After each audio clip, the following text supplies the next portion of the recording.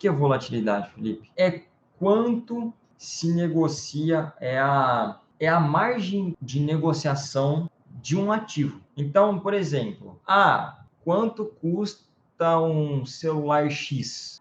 O celular X custa mais ou menos uns 3 mil e em Black Friday talvez você consiga encontrar por 2.500, 2.800, certo? É isso. Quanto que é aquele campo de negociação do ativo? Por que isso é muito importante? Quando você passa a olhar para o mercado desse jeito, você começa a tirar um pouco a mentalidade de setup. Nós não acreditamos em setup, a gente não...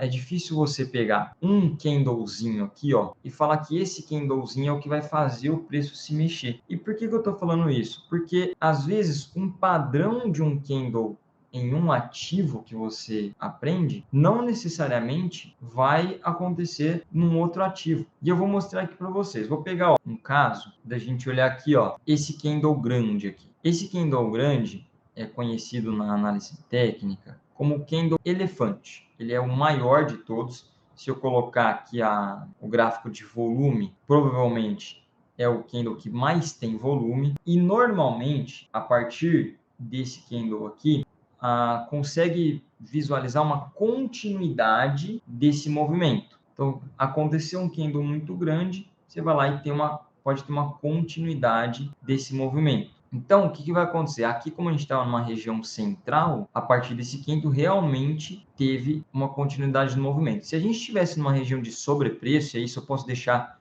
para um outro dia, não teria a continuidade de movimento. Então, por exemplo, aqui, ó. Posso pegar até esse aqui mesmo. Ó. É o candle igualzinho, grandão para cima e o mercado lateralzão. Vou pegar um mais para cima. Ó, vários para baixo, chega uma hora que ele começa a parar. Porque tem um limite, você não pode pegar e olhar isso aqui em uma região qualquer. Existem as melhores horas para se olhar isso.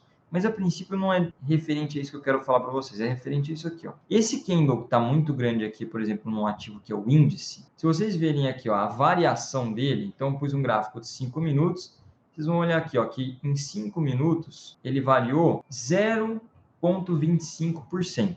Então, ó, em 5 minutos ele variou 0,25%.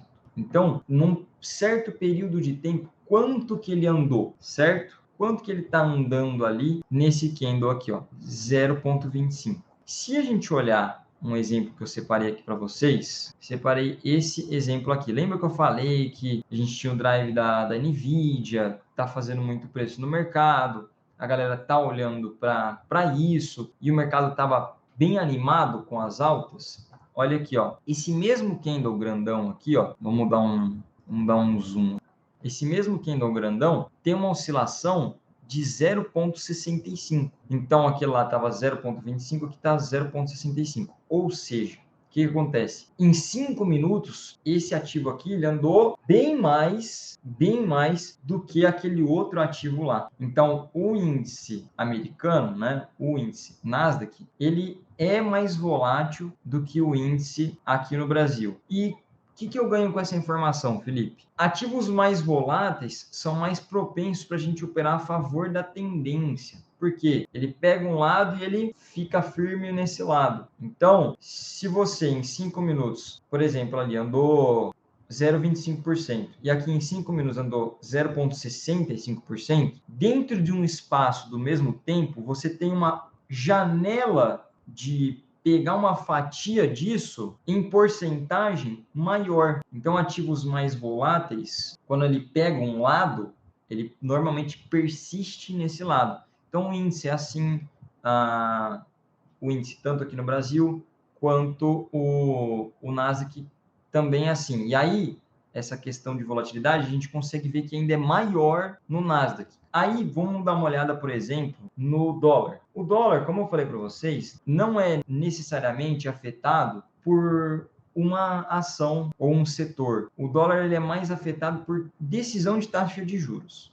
Porque como é moeda, pessoal, é o drive principal da moeda, né? Então, quanto maior os juros naquele país, mais atratividade a pessoa deixar em renda fixa. Quanto menor, menos atratividade em deixar em renda fixa. O que a gente fica olhando e fazendo balanceamento é como que está sendo as conclusões, né, de política monetária de cada país e, assim, criando uma perspectiva de como que cada decisão pode acarretar num movimento. Nós estamos num momento do dólar que está com baixíssima oscilação. Não sei se tem alguém que opera desde 2018, mas se vocês lembrarem ali, o dólar andava 30 pontinhos por dia. Se rompesse os 3,80, os 4,20, era um negócio que a gente falava, meu Deus do céu, o dólar tá doido. E agora a gente está numa fase que o dólar está curtinho, está com baixa oscilação, que está lembrando